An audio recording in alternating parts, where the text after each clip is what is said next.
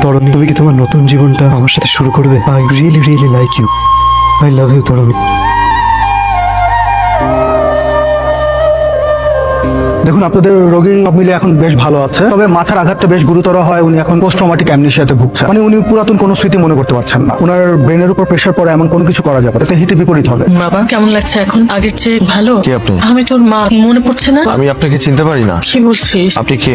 তরুণী, উনি বলে আমার মা, আমি তো চিনি না। উনি মিথ্যা কথা বলে নাকি উনি কি বলে? তরুণী প্লিজ ওনাকে যেতে বলো এখান থেকে। তুমি কোথায় গেছিলা? তুমি কোথায় গেছিলে? কোথাও যাইনি, এই তো আমি আছি তোমার সামনে, দেখো। তুমি আমাকে ফেলে আর কোথাও যাবা না। ও তোমার বন্ধু, ওর সাথে গল্প করো। কে আমার বন্ধু? আমি তোমার বন্ধু তানজিদা, আমি তোমার ইউনিভার্সিটির বন্ধু, মনে পড়ছে না? আমার মনে পড়ছে না। আমার বন্ধু তরুণী, ও আমার বন্ধু, আমার বউ, আমার আর কিছু মনে পড়ে না। আমি তোমার সানজিদা রুমি। আমার মনে পড়তেছে না। আপনি কি আমার কথা বুঝেন না? ওনাকে একটু বলো না তরুণী এখান থেকে চলে যেতে। চলে যেতে বলো না ওনাকে, প্লিজ চলে যেতে বলো না। তাহলে আমি আপনাকে জানাবো, প্লিজ। আপনাদের রোগীর সব ধরনের রিপোর্ট আমি চেক করে দেখলাম, রিপোর্ট বেশ ভালো, কিন্তু এই ধরনের অ্যামনেশিয়া রোগীদের স্মৃতিশক্তির যে ফিরে আসার ব্যাপারটা, সেটা সুনিশ্চিত করে কিছু বলা যাচ্ছে না। কতদিন থাকবে ওর এই অবস্থা? হ্যাঁ, সেটা তো নিশ্চিত করে বলা যাচ্ছে না। সপ্তাহ লাগতে পারে, মাসও লাগতে পারে, বছরও লাগতে পারে। এই অবস্থায় ওকে দেখাশোনা কে করবে? ওনার স্ত্রীর এখন অনেক বড় দায়িত্ব, কারণ উনি ওনার স্ত্রীকে ছাড়া কাউকে যেতে সহ্য করতে পারছেন না।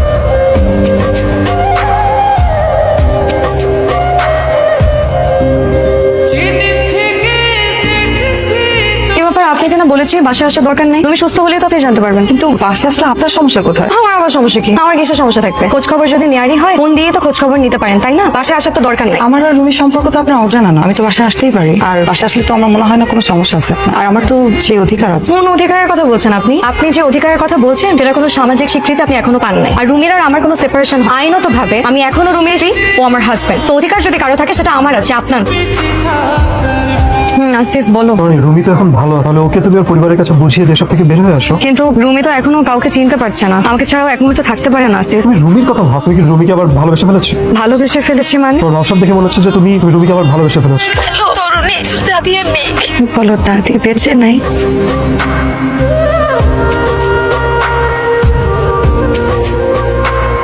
মা, আমি সহ্য করতে পারছি না। এতদিন দাদির অসুস্থতার কারণে সব একা একা সহ্য করছি। তোমাদের এই অবস্থায় আমি কিছু বলতে চাই নাই। আমি সিদ্ধান্ত দিয়েছি আমি রুমিকে ডিভোর্স দিয়ে দেবো। মা, আমি সহ্য করতে পারবো না। কেন?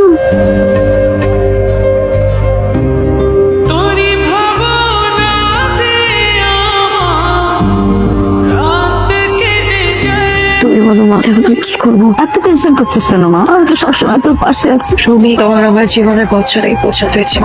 আসলে কি জানো, তুমি কোনোদিন আমার কপালেই ছিল, কিন্তু তোমার অ্যাক্সিডেন্টের পর আমি বুঝতে পারি আমি তোমাকে কতটা ভালোবেসেছিলাম। আমি আসিফকে কোনোদিন ভালোবাসতে পারি নাই। যাই হোক, আজ থেকে তুমি মুক্ত।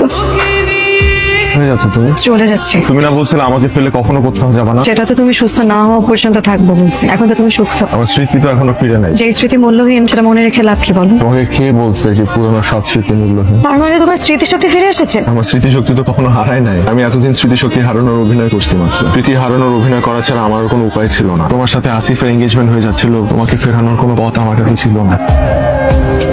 প্ল্যান করি আসলে এই নাটকটা সাজাই যে আমি তুমি সুইসাইড করতে গেছিলে মানে? তুমি সুইসাইড করলে আমার কি হতো? সবসময় নিজের কথা ভাব। সরি, আমি আসলে ঝোঁকের মাথায় এটা করে ফেলছি। যত যাই হোক, তুমি আমাকে ছেড়ে যাও না প্লিজ। ছেড়ে যদি যাওয়ার হতো তাহলে এর আগে তো অনেকবার সুযোগ পেয়েছিলাম। ছেড়ে তো যাই, ছেড়ে কোথাও যাবো।